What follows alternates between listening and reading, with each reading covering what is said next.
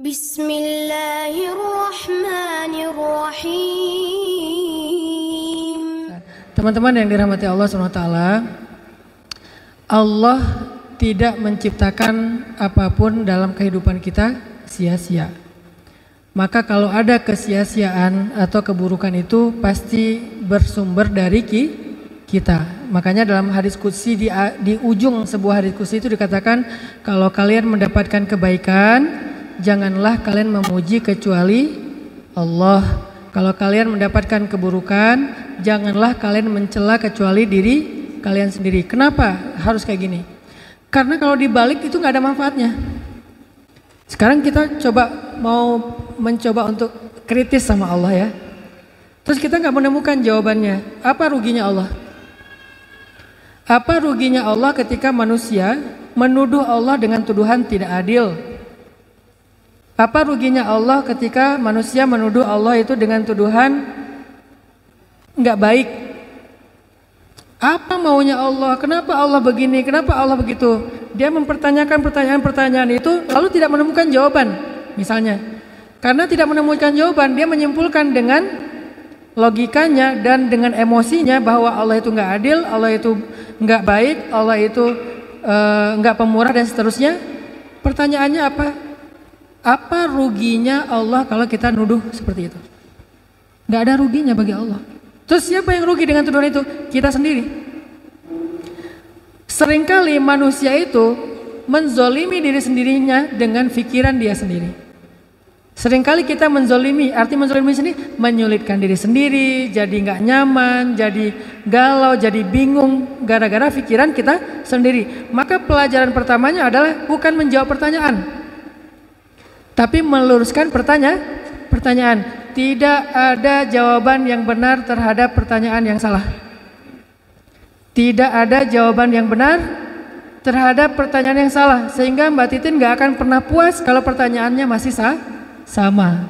Mau jawabnya Ustadz Abdul Somad, Ustadz Adi Hidayat, para habaib, gak akan puas. Kenapa? Karena tidak ada jawaban yang benar untuk pertanyaan yang salah. Salahnya di mana? Salahnya kita melihat dari logika kita.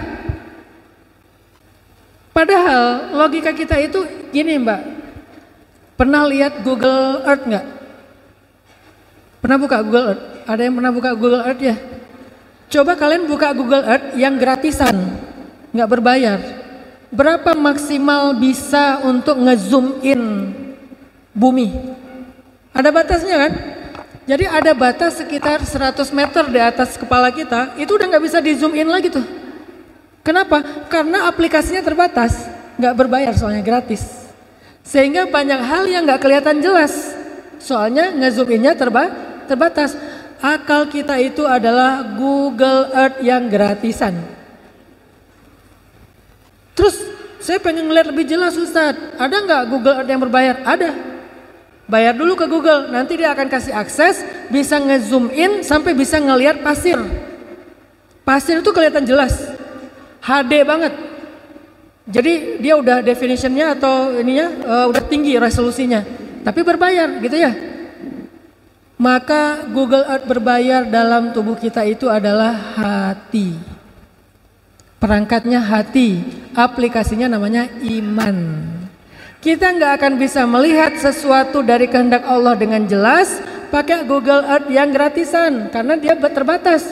Kita bisa ngelihat dari jauh bisa, tapi untuk mendekatinya ada namanya mata hati, basirah. Hanya dengan riyadhah, dengan iman, dengan doa, dengan laduni Allah anugerahkan, kita akan melihat itu. Tapi seringan-ringannya dengan iman. Belum sampai ke level ilmu laduni, basirah, kasyaf dan seterusnya. Ya seringan-ringannya, bukan serendah-rendahnya karena nggak rendah ya. Seringan-ringannya iman. Itulah Google Earth berbayar. Dengan itulah kita melihat. Apa yang kita lihat pasti ada alasannya. Cuman logika saya belum menemukan. Cuman saya belum bisa mengerti. Dengan berjalannya waktu saya akan mengerti. Dan setiap orang itu punya cerita detail yang kita nggak bisa zoom in. Punya cerita detail yang kita nggak bisa zoom in. Itu satu, bahwa kita nggak bisa mempertanyakan dengan logika. Kita bisa menanyakan dengan iman. Kalau dengan iman namanya bukan mempertanyakan, menanyakan. Tapi kalau dengan logika mempertanyakan, dan mempertanyakan dilarang dalam Islam. Kenapa? Bukan dilarang kritis ya. Mempertanyakan itu kayak orang banyak nanya, tapi dijawab nggak ngaruh, nggak dijawab juga nggak ngaruh. Makanya la tas'alu an asya in tubdalakum tasukum. Kalau dijawab membuat kalian makin bingung. Terus gimana Ustaz cara saya untuk bisa menemukan jawaban itu? Kalau mau serius, jangan nanya dengan jawaban yang hanya punya waktu 1-2 menit. Jawaban itu akan dimengerti ketika kita belajar ilmu agama secara khusus. Nanti belajar ilmu akidah, iman, bahkan ilmu ilmu kalam. Nanti ada sisi lain, ilmu hati, tasawuf, ilmu ma'rifah, ilmu ihsan, ilmu suluk, dan seterusnya. Setelah kita mempelajari semua itu, akhirnya baru kita menemukan jawaban.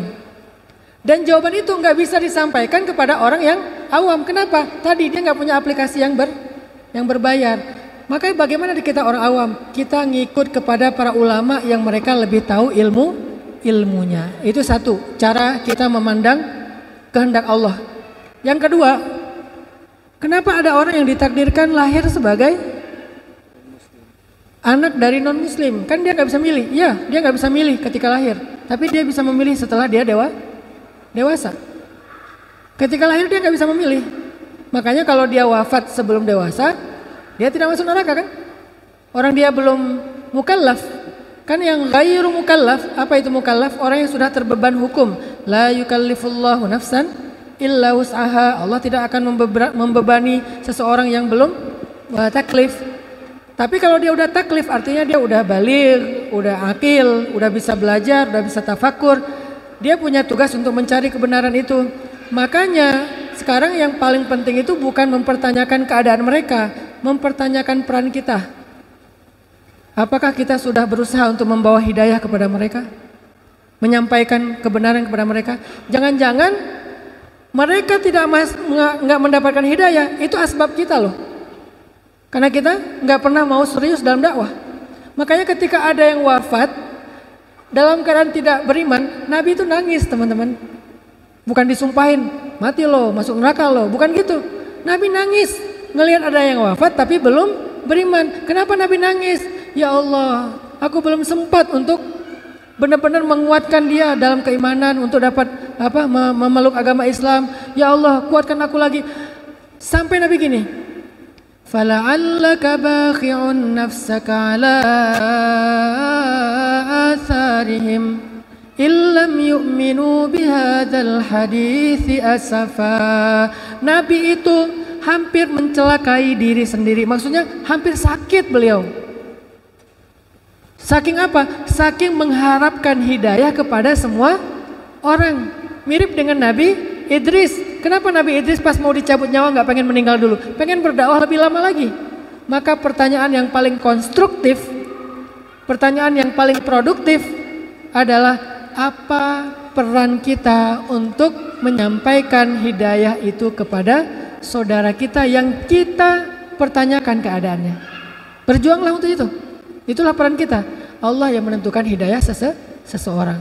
Tapi Allah Maha Adil. Apa keadilan Allah? Kan dia baik Ustadz. Kebaikan mereka Allah balas langsung di dunia. Langsung Allah balas di dunia. Allah nggak mungkin menyia-nyiakan kebaikan mereka. Makanya Allah Rahman. Wasi'at rahmatuhu kulla syai'. Wa rahmatuhu wasi'at kulla syai'. Dan rahmat Allah itu mencakup semua hal. Mau yang beriman maupun yang nggak beriman. Satu, keadilan Allah, mereka diberikan jaza balasan di dunia. Kedua, keadilan Allah apa? Kalau mereka terzolimi, doa mereka diijabah tanpa hijab walaupun mereka tidak beriman. Itu bahayanya doa orang yang terzolimi, mazlum. Orang yang mazlum itu nggak dilihat dia sholat apa enggak, nggak dilihat dia beriman apa enggak. Pokoknya kalau dia terzolimi, dia berdoa, dia berharap kepada Allah. Selama dia bukan berharap kepada yang salah, yaitu patung. Misalnya dia katakan, oh my God. Walaupun dia nggak tahu God itu konsepnya apa ya. Maka Allah mengabulkan dalam konteks dia terzalimi. Disitulah letak keadilan Allah. Itu salah satu pembahasan akidah. Cuman kan panjang banget membahasnya. Di mana aja letak keadilan Allah kepada yang belum beriman. Ya, keadilannya yang pertama Allah jaza di dunia. Yang kedua Allah ijabah doanya. Tapi doa dalam kondisi apa? Kalau dia dizolimi. Kalau ada muslim menzolimi non-muslim, lalu non-muslim ini mengadu kepada Allah, Allah akan tegakkan keadilan kepada muslim. Makanya nggak boleh kita zalim kepada saudara kita bahkan yang non-muslim. Maka tugas kita atau pertanyaan paling konstruktif tadi adalah apakah kita sudah berikhtiar semaksimal mungkin untuk mengajak mereka kepada kebaikan, kepada hidayah, kepada Allah Subhanahu wa taala. Sehingga kalau kita udah ikhtiar, Allah yang Maha tahu seperti apa kebaikan untuk mereka. Saya yakin belum puas, supaya puas Mbak Titin nanti ikut jurusan ngambil Fakultas Agama Islam, belajar di pondok, belajar ilmu kalam, ilmu tasawuf, ilmu akidah, sehingga nanti Mbak Titin menjadi salah satu ustazah yang akan menjelaskan ini juga secara lebih luas. Barakallahu fiik, saya kira demikian. Semoga Allah mencatat kita dalam kebaikan. شكرا يا ربي شكرا هديت قلبي شكرا